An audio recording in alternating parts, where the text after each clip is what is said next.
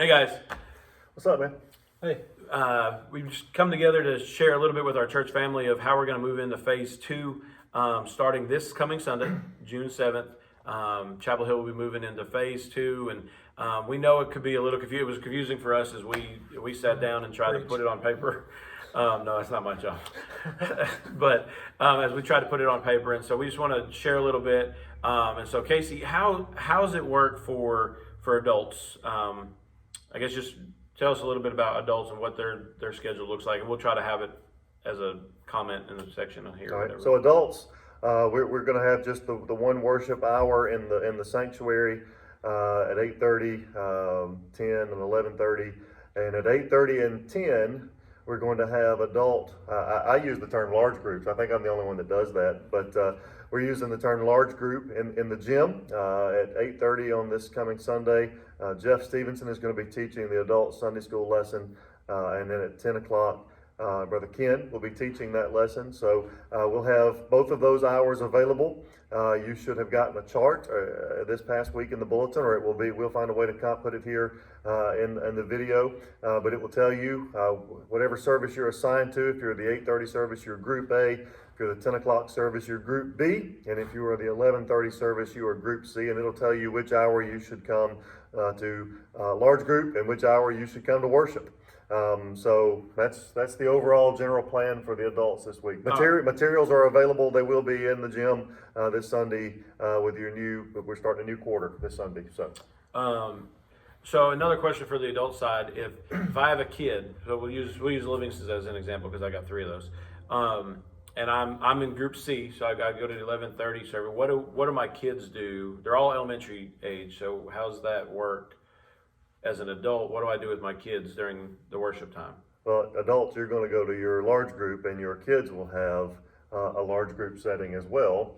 So you should probably address that. Well, what do they do during worship time, though? What do the kids do? Oh, the kids still come with their parents to adult worship time, or to worship time.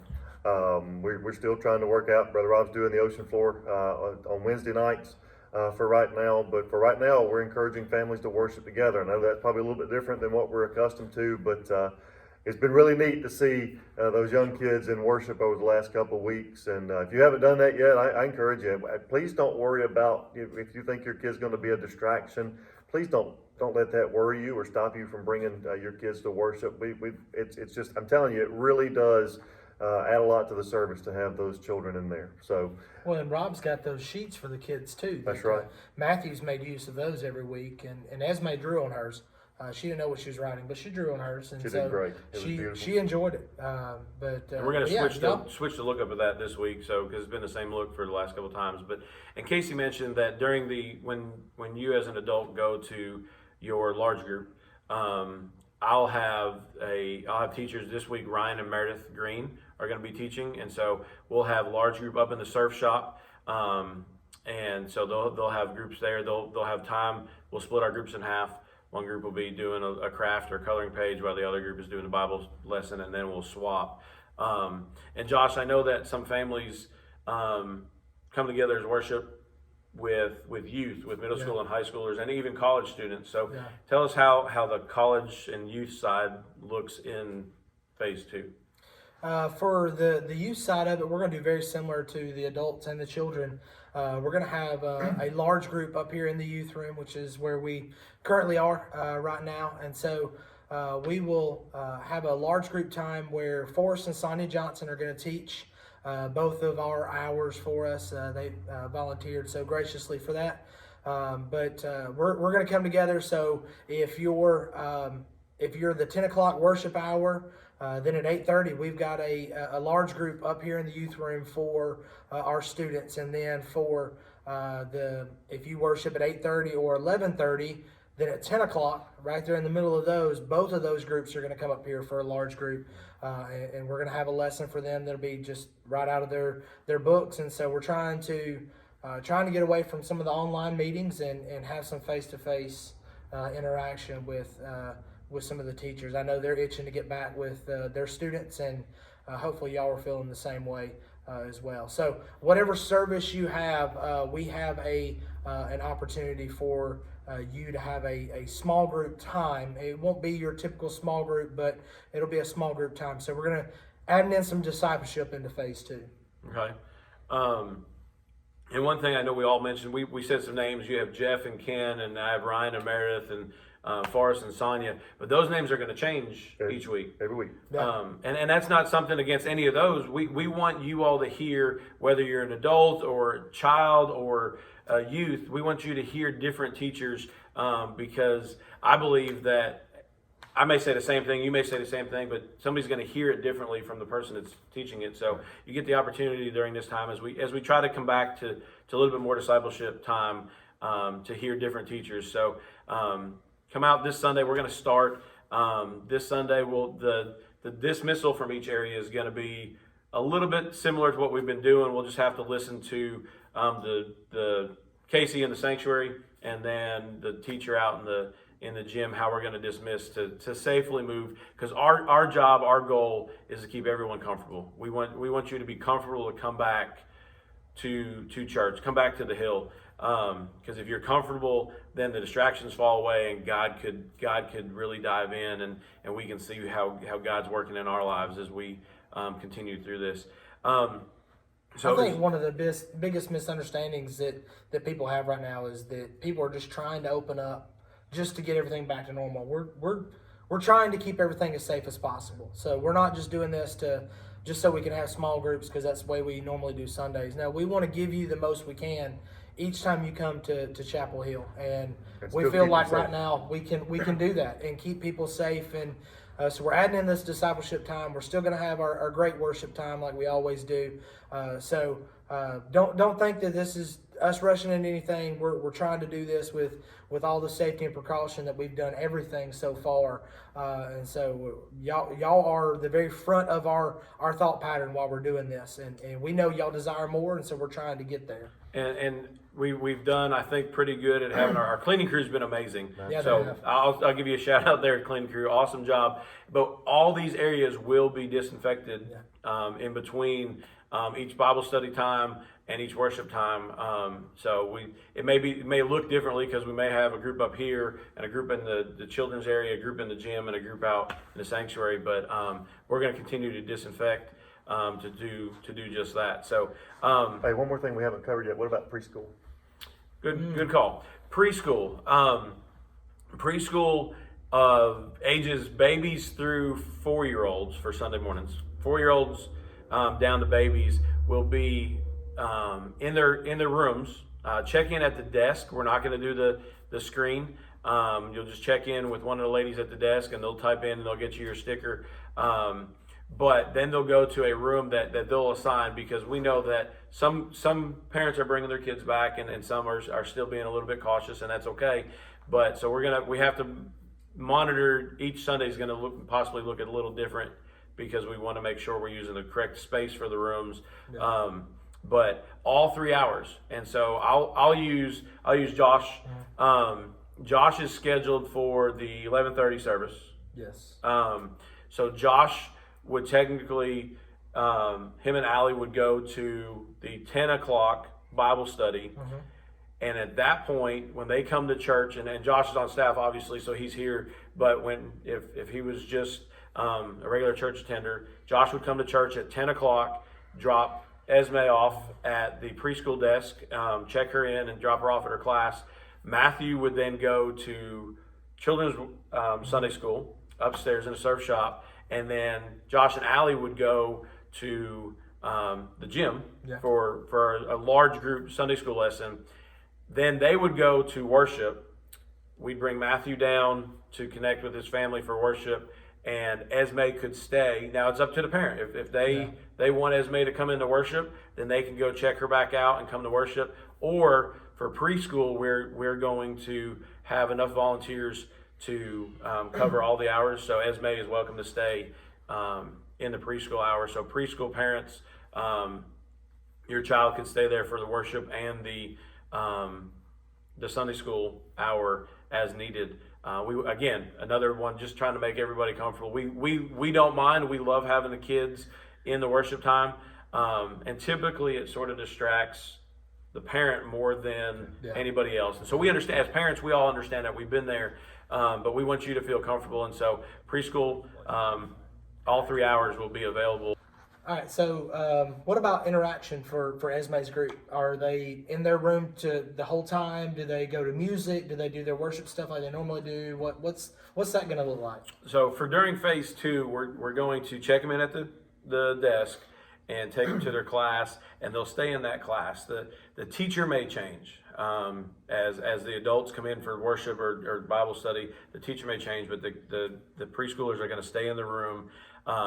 We're going to do our best to have as much individual supplies, crayons, and different things like that. That doesn't have to be. I know I can't say the word. I'm proud of you. You said it I right. enunciated.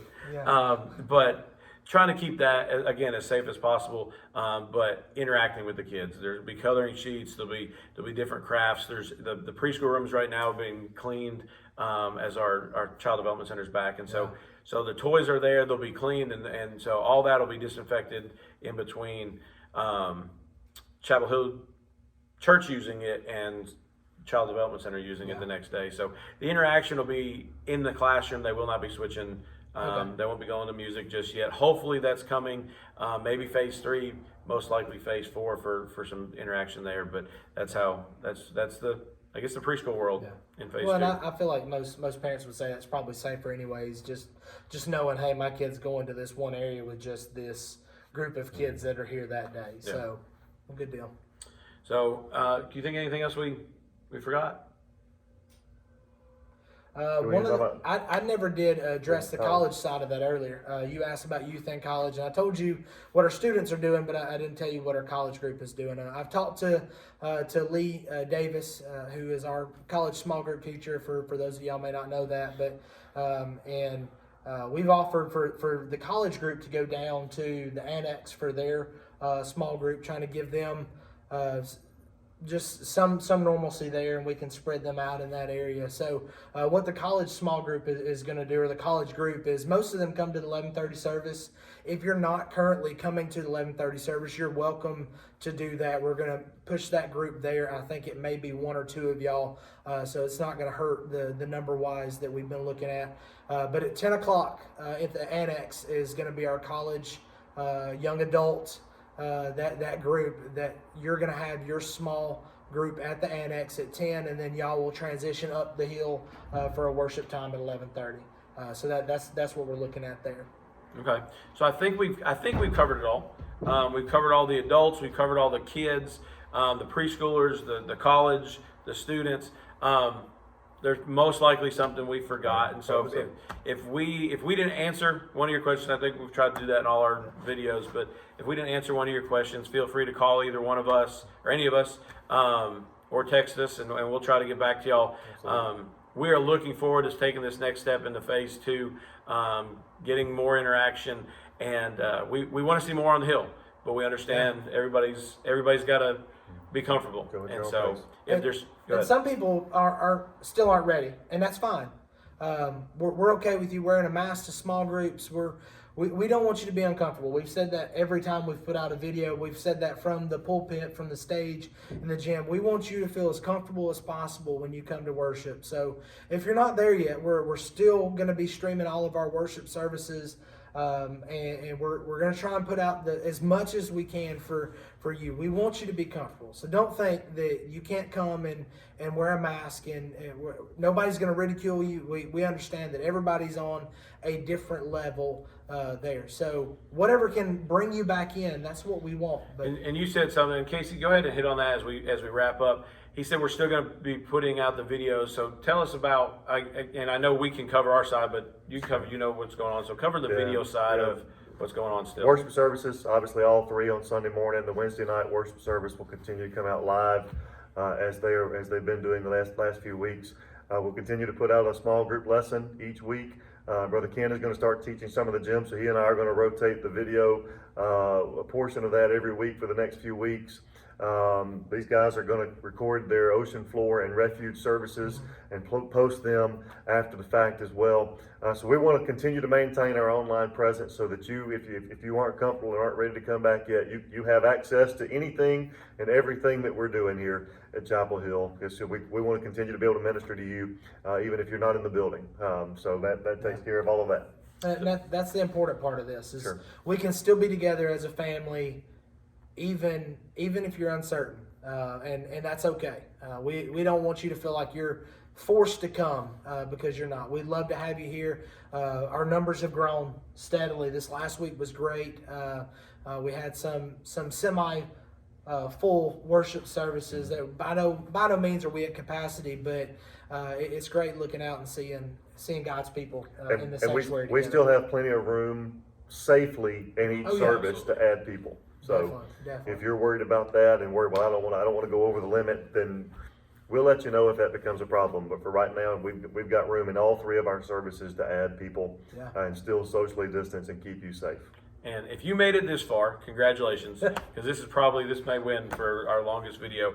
But last thing before we wrap up, if you are one that has not decided to come back to the Hill just yet, but you want any of the material, the Sunday school books, the devotions, let us know. Call the church office, call one of us, and we'll either personally deliver that to you. You're welcome to come by to church, and we'll walk out to the car. We'll stick it in the mail, but we want you to have all the material. That again, you can continue to dive into God's Word. I'm looking forward to the Sunday school material this quarter. I think it's Proverbs And the Song of Solomon. That should be some fun That's stuff gonna right be there. great for the students. Yeah, I can't wait. Children are not worried on that one, so we're different curriculum. So anyway, church, we're praying for y'all. If we can do anything, just let us know. We're excited about what's going on the Hill. God's continuing to move, and we look forward to seeing everybody Wednesday night and Sunday morning. See ya.